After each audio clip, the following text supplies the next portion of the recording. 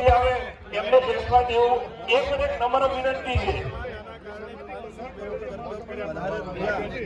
બચત કરશે અને રબારી સમાજને એક નવી દિશા આપવાનું કામ કરશે। એના કારણે કરી અને અમારા યુવાન દીકરા અને દીકરીઓની આવતીકાલનું ભવિષ્ય રબારી સમાજ માટેના વિધાન માટેનો આ સમગ્ર રબારી સમાજ માટે આ ઐતિહાસિક દિવસ પણ છે। રબારી સમાજ માટે આજે સોનાનો સૂરજ ખૂબ સમયથી આના માટે બધા જ આગેવાનો સાથે મળીને પ્રયત્ન કરી રહ્યા છે, પરંતુ આજના મોંઘવારીના જમાનાની અંદર આજે અમારે રબારી સમાજને સોના અને ચાંદી ઉપર વધારે ભાર એના ભાવ પણ અત્યારે તમે જોવો છો કે આસમાને પહોંચી સામાન્ય નાનો ગરીબ માણસ અમારા સમાજનો હોય એને આ રીતિ રિવાજો પ્રમાણે આ ખર્ચો આખા દેવાના ડુંગર નીચે માણસ દબાઈ આવી એની આર્થિક પરિસ્થિતિ થતી હોય ત્યારે સમાજનો સર્વાંગી વિકાસ થવો જોઈએ, સમાજનું ઉત્થાન થવું જોઈએ। એ પ્રકારનો સર્વગ્રાહી ન થઈ શકે એ માટે અમે જે બંધારણ લઈને આવ્યા છીએ એ બંધારણ સર્વ લોકોને સમાઈને નાનામાં નાના વ્યક્તિ પણ સમાઈ જાય અને મોટામાં મોટો બિઝનેસમેન પણ એની અંદર સમાઈ જાય, યુવાનો પણ સમાઈ જાય અને મોટા વડીલ માણસો પણ અંદર સમાઈ શકે, નારી શક્તિનું પણ મહત્વ રહે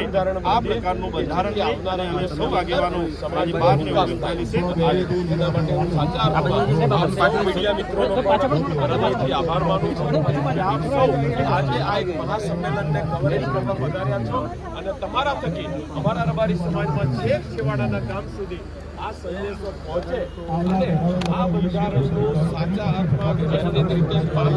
એ સુવર્ણ ઘડી આજે રબારી સમાજના ઇતિહાસની અંદર સુવર્ણ દરવાજા પાસે જે આપણે ગાડીઓ છે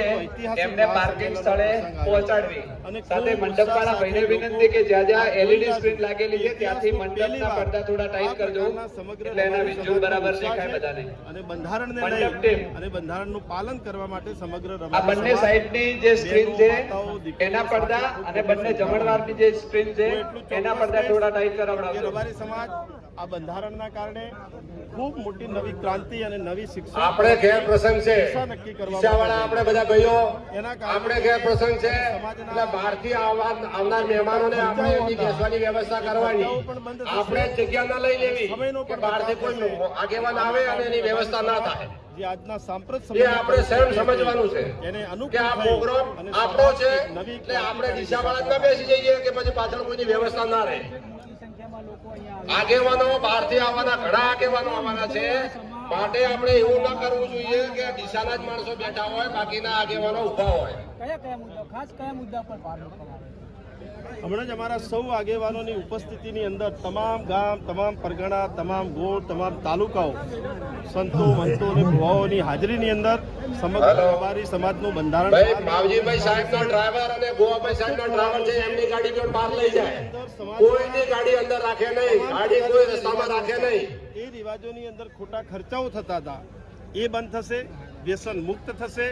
ગોવાભાઈ સાહેબના ડ્રાઈવર અને માવજીભાઈ સાહેબના ડ્રાઈવર બંને ગાડી બહાર લઈ જાય, કોઈની ગાડી અંદર આવે નહીં। આ પ્રકારનું કામ તમામ આગેવાનોને ઉતારે કોઈ ગાડી વચ્ચે મૂકે નહીં, રસ્તાની વચ્ચે કોઈએ ગાડી મૂકવી નહીં, પાર્કિંગ સ્થળ સિવાય વચ્ચે ગાડી કોઈએ પાર્ક કરવી નહીં અને શિક્ષણ ક્ષેત્રે નવી ક્રાંતિ કરશે। તો આર્થિક રીતે આ સમાજ બહુ મજબૂત બને, શિક્ષણ ક્ષેત્રે ક્રાંતિ લાવે તેને ઉદ્દેશ્ય લઈને આ બંધારણ થવા દીધું।